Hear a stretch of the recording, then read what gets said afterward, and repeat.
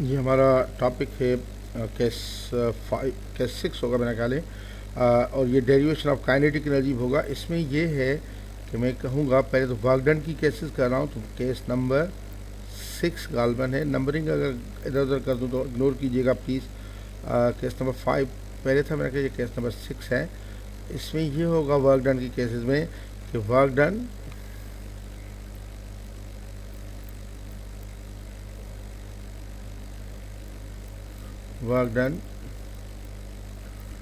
when a body of mass m is acted upon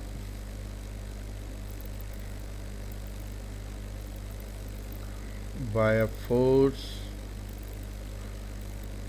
at rest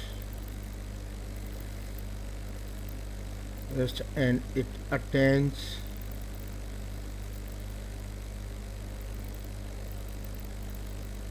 speed और velocity v। और या basically ये हमारी डेरिवेशन ऑफ काइनेटिक एनर्जी है। और अब इसमें देखेंगे ये डेरिवेशन ऑफ काइनेटिक एनर्जी है क्योंकि बॉडी जब रेस्ट स्टार्ट कर रहा है उसकी काइनेटिक एनर्जी, आपको मैंने काइनेटिक एनर्जी डिस्कस मैंने अपने नहीं की, लेकिन ओ लेवल से आपको आता ही है एनर्जी का कॉन्सेप्ट थोड़ा बहुत। तो उसके मुताबिक ओ लेवल के कॉन्सेप्ट में आप देखें कि बॉडी जब मूवमेंट की वजह से जो एनर्जी होती है बॉडी में, काइनेटिक एनर्जी होती है। तो इसमें भी हम ये है कि ये देखें कि ये मिसाल के तौर पर स्ट्रेट लाइन है। आप कोई बॉडी ले लें, ये बॉडी में ले रहा हूँ सपोज़। अब ये बॉडी है, इसका मास m है, इसकी इनिशियल वेलोसिटी u0 है।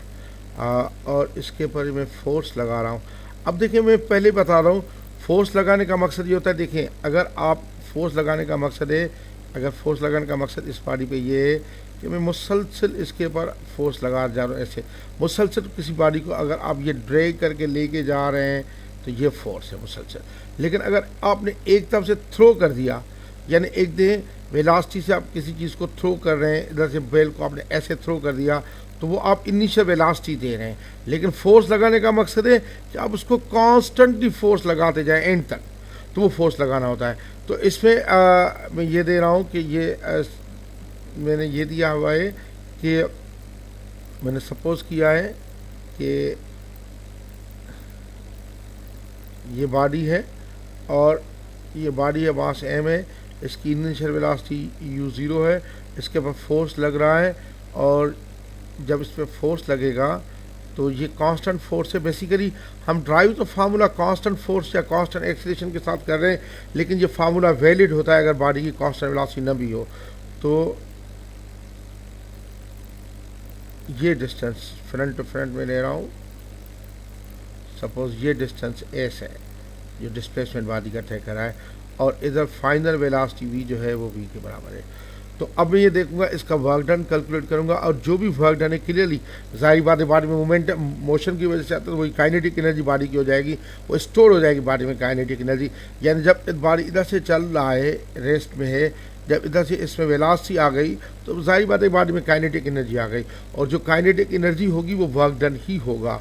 यानी इसमें मैं अगर डायरेक्ट लिख दूँ कि काइनेटिक एनर्जी जो बॉडी में आएगी वो वर्क डन ही होगा। और वर्क डन में कैलकुलेट करना चाह रहा हूँ, इस केस में वर्क डन होगा फोर्स और डिस्प्लेसमेंट एक ही डायरेक्शन में है, तो मैं डायरेक्ट लिख सकता हूँ Fs, ठीक है। अच्छा, बट F इज इक्वल क्या होता है, but F is equal ma क्या होता है, इसीलिए मैं ये काइनेटिक एनर्जी भी कह सकता हूँ, वर्क डन भी कह सकता हूँ। काइनेटिक एनर्जी और वर्क डन दोनों एक ही बात है। अब जो हो जाएगा काइनेटिक एनर्जी और वर्क डन, ये हो जाएगा पहले Fs, F is equal ma के बराबर, तो ये हो जाएगा MAS के। तो ये हमारी काइनेटिक एनर्जी हो गई। अब देखें, अब इक्वेशन ऑफ मोशन इस्तेमाल करूँगा मैं। इक्वेशन ऑफ मोशन ये कहती हैं कि देखें 2as is equal to v square minus u square. तो ये 2 मैं s की या किसी भी सपोज a की, ये 2as is equal to v square minus u square तो 0 है, तो 2as आ जाएगा v स्क्वायर के। तो मैं सब as की वैल्यू मैंने करना चाह रहा हूँ, ये हो जाएगा v स्क्वायर अपॉन 2 के। ये इस इक्वेशन में ए इसकी वैल्यू इसमें पुट कर दे इक्वेशन में। अगर मैं कहूँ ये इक्वेशन 1 है तो लिखूंगा पुट दिस वैल्यू इक्वेशन 1। देखिए सिंपल किया मैंने, वर्क डन, काइनेटिक एनर्जी ही इसमें वर्क डन होगा, force into distance F S एक ही डायरेक्शन में और F is equal M A के बराबर है, तो F is equal M S आ गया। एनर्जी इक्वेशन इस्तेमाल की मैंने, 2s is equal V square minus U square, final energy V है, इनिशियल 0 है, तो इसमें आ जाएगा A S is equal V square upon 2, A S is equal V square upon 2। इसमें पुट कर दे तो हमारी काइनेटिक एनर्जी जो ई के आ जाएगी, काइनेटिक एनर्जी वो आ जाएगी एम इंटू ए एस की वैल्यू है वी स्क्वायर अपॉन 2। तो काइनेटिक एनर्जी का फार्मूला ड्राइव हो गया, जो बेसिकली वर्क डन है ये आ गया 1/2 एम वी स्क्वायर के। एम मास है और वी स्पीड है। देखिए कभी कभी एग्जाम ये पूछते हैं कि अगर ये वी वेलोसिटी है तो ये काइनेटिक एनर्जी वेक्टर क्यों नहीं है। बेसिकली ये स्पीड का डॉट प्रोडक्ट, वेलोसिटी की डॉट प्रोडक्ट हो गई या स्पीड हो गई है। आप जो काइनेटिक एनर्जी करेंगे half of M V square. अब देखें कभी कभी इसमें काइनेटिक के मुख्तलिफ क्वेश्चन आते हैं, MCQs में भी आते हैं, लेकिन एक कॉमन क्वेश्चन आता है जिसमें वो चेंज इन काइनेटिक एनर्जी पूछता है। मिसाल के तौर पर एग्जामिनर, ये बहुत कॉमन मिस्टेक में इस पर डिस्कस कर रहा हूँ, एम सपोज 1 kg है और उसकी इनिशियल वेलोसिटी सपोज बॉडी की जो है सपोज 10 मीटर्स पर सेकंड है। अब फाइनल वेलोसिटी बॉडी की हो रही है सपोज 15 मीटर्स पर सेकंड। तो वो कहता है change in energy, kinetic energy मालूम करो। तो चेंज इन काइनेटिक एनर्जी हमेशा देखें बच्चे जो जल्दबाजी में करते हैं, बच्चे जल्दबाजी ये कर देंगे, ये जल्दबाजी, ये गलत तरीका होगा। 1/2 मास कर देंगे 1 और इनकी चेंज इन वेलोसिटी 15 - 10 का होल स्क्वायर कर देंगे, ऐसे कर देंगे। ये गलत मेथड है, ये गलत मेथड है। इसे आंसर जो आएगा सपोज ये 5 का स्क्वायर 25/2 12.5 जूल्स आएगा। ये टोटल गलत मेथड है। बेसिकली ये होना चाहिए, हमें इनिशियल फाइनल सेपरेट करके निकालना चाहिए। अगर इनिशियल काइनेटिक एनर्जी में ई के 1 निकालूंगा तो ये आ जाएगी 1/2 मास 1 है, इनिशियल वेलोसिटी 10 का स्क्वायर, तो ये 10 का स्क्वायर 100 हो जाएगा, ये हो जाएगा 50 joules initial kinetic energy. Final kinetic energy में निकालूंगा 1/2 इंटू 1 इंटू 15 का स्क्वायर, ये 225/2 हो जाएगा। ये हो जाएगा 1 to the 2 112.5 जूल्स हो जाएगा। तो जो चेंज काइनेटिक एनर्जी आ जाएगी, चेंज काइनेटिक एनर्जी होगी हमेशा change in kinetic energy E के आज होगा 112.5 माइनस 50, तो ये तकरीबन आ जाएगा 62.5 जूल्स। तो ये चेंज एनर्जी। या फिर आप इस तरह करें कि ये चेंज इन काइनेटिक एनर्जी मालूम करनी हो तो 1/2 मास को कॉमन लिया करें 1 और ये किया करें 15 का स्क्वायर माइनस 10 स्क्वायर, ये भी ठीक रहेगा। लेकिन जो आप चेंज वेलोसिटी करके माइनस करते ये गलत है। और इस मेथड को इस फार्मूला को हम MCQs पे भी इस तरह इस्तेमाल करते हैं। देखें ये काइनेटिक एनर्जी है is equal to 1/2 M V square. तो मैं लिख सकता हूँ kinetic energy upon M V square is equal to 1/2 constant है। तो रेशियो मेथड के लिए kinetic energy E K 1 upon m1 v1 square is equal to E K 2 upon m2 v2 square. ये रेशियो मेथड के फार्मूले होते हैं, इसको आप इन्वर्ट भी कर सकते हैं। मिसाल के तौर आप इसको लिखते हैं m1 v1 square upon E K 1 is equal to m2 v2 square upon E K 2। ये 1 होता है पहली वैल्यू, 2 होता है सेकंड वैल्यू। और हमेशा ये रेशियो मेथड से चीज़ें करनी चाहिए आपको। ये देखें अगर आपके 6 वेरिएबल्स हैं और एक यानी 5 दे रहा है, एक पूछा, तो रेशियो मेथड इस्तेमाल करें। रेशियो मेथड पे यूनिट्स भी सेम हो। मिसाल वी देखिए एम अगर आपका किलोग्राम में है, ठीक है, ई के जूल्स में, वी अगर सेंटीमीटर पर सेकंड में, ये भी सेंटीमीटर पर सेकंड में है, ये भी सेंटीमीटर पर सेकंड, उसको चेंज करने की ज़रूरत नहीं होती। जब भी आप रेशियो मेथड, एक बहुत पावरफुल टूल होता है MCQs के लिए, वो आपको आना चाहिए। रेशियो मेथड में सेम क्वांटिटीज़ के सेम यूनिट्स हो, फिर बाकी उसको ऐसा यूनिट्स में चेंज करने की ज़रूरत नहीं होती है। मिसाल के तौर अगर मैं कहूँ, इसी को इस्तेमाल करूँ कि सपोज़ एक बॉडी है, उसका मास है 2 kg, ठीक है, 2 kg बॉडी का मास है और उसकी वेलोसिटी है 4 मीटर्स पर सेकंड। कहूँ अब इसका जो है वेलोसिटी सपोज यानी एक दूसरा बॉडी है, उसकी काइनेटिक एनर्जी सेम है, लेकिन मास उसका 4 kg है, तो उसकी वेलोसिटी क्या होगी v2। तो काइनेटिक एनर्जी सेम के लिए मैं रेशियो मेथड इस्तेमाल करूँगा। ये कर दें ई के 1 ले लें, जो सेम 1 ले लें 1 अपॉन मास होने 2 इंटू ये 4 का स्क्वायर कर दें, ई के 2 भी 1 अपॉन ये 4 इंटू ये v2 का स्क्वायर करें, तो क्रॉस मल्टीप्लाई करें तो ये आ जाएगा 4v2 का स्क्वायर इज इक्वल 32 के, तो v2 स्क्वायर आ जाएगा 8 के, तो v2 आ जाएगा 2√2 2√2 कैलकुलेट करेंगे या 8 जितना भी आ गया वैल्यू 8 की वैल्यू जो आ रही है कैलकुलेटर से वो आप देखेंगे जो भी आ रही है आप वो पुट कर देंगे या 2√2। इस तरीके से ये रेशियो मेथड से क्वेश्चन सॉल्व होते हैं। अब एक और मेथड से भी काइनेटिक एनर्जी निकाली जा सकती है, डेरिवेशन ऑफ काइनेटिक एनर्जी, वो बेसिकली हमारी के 6 हो जाएगी। चलो वो भी मैं इसी में डिस्कस इधर कर लेता हूँ। देखिए दूसरे तरीके से काइनेटिक एनर्जी ये बेसिकली तब था, ये केस मैंने तब डिस्कस की, ये केस 7 हो जाएगी बेसिकली, केस 7। ये दोनों काइनेटिक एनर्जी की केसेस है, केस नंबर 7 वर्क डन की। इसमें ये होगा कि एक मूविंग बॉडी है, a body of mass m is moving with speed v and is acted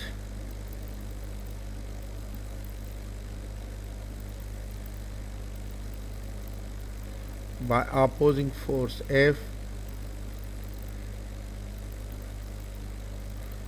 ये F से माल दे रहा हूँ मैं, फोर्स ऑफ फ्रिक्शन आप F से देता हूँ, जो फोर्स ऑफ फ्रिक्शन है F and it comes to rest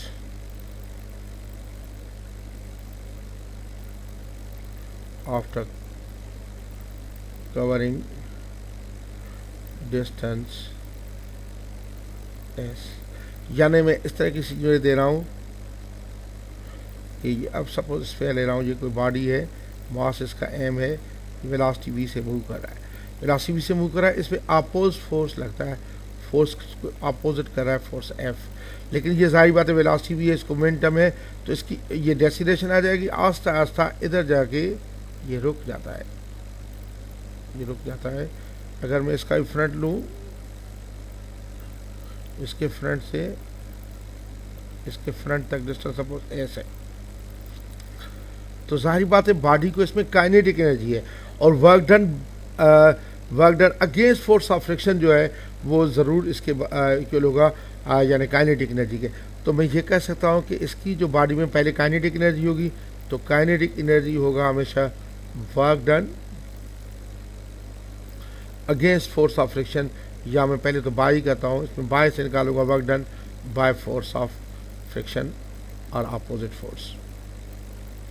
science इसमें खुद ब खुद आ जाएंगे, हमें कंसीडर करने की ज़रूरत नहीं होगी इस तरह।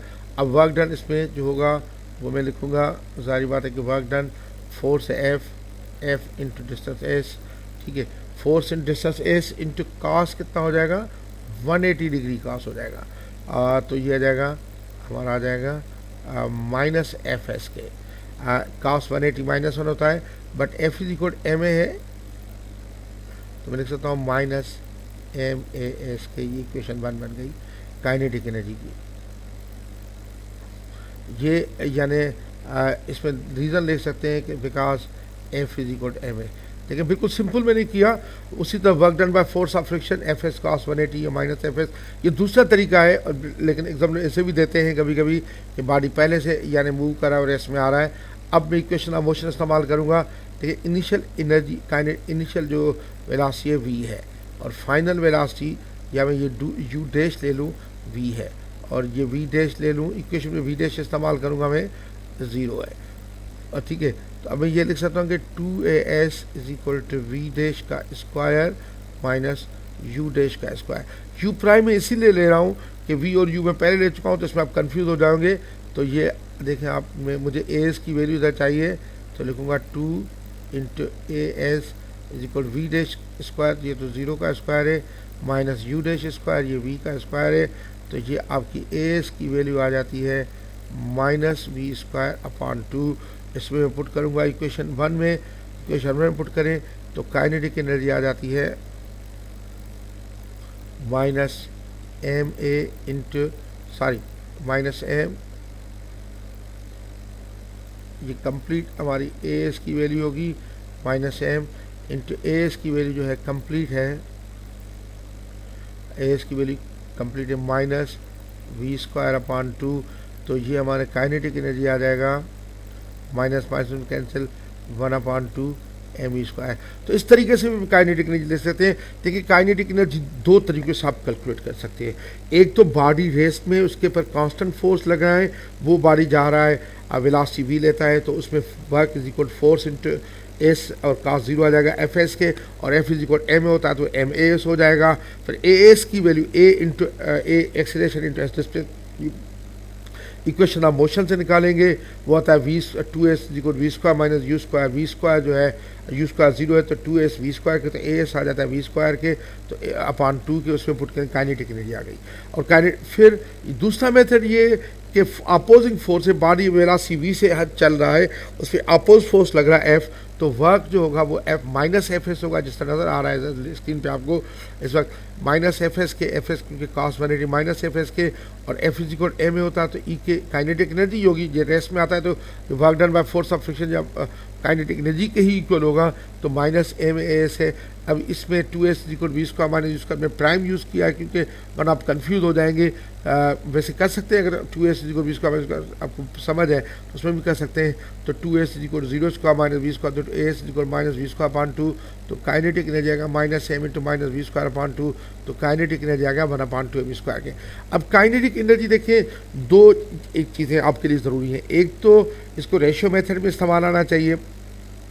आप इसका रेशियो मेथड का फार्मूला कर सकते हैं कि m1 v1 square upon ek1 is equal m2 v2 square upon ek2, या इसको उल्टा भी कर सकते हैं ek1 upon m1 v1 square is equal ek2 upon m2 v2 square. एक ये दूसरा, जब चेंज इन काइनेटिक एनर्जी मालूम करनी होती है तो हमेशा इनिशियल सेपरेट मालूम करें और फाइनल सेपरेट करके वो किया करें, ये ना किया करें कि वेलोसिटी से माइनस करके इसका स्क्वायर कर लिया करें, जो उमर आप लोग गलतियाँ करते हैं।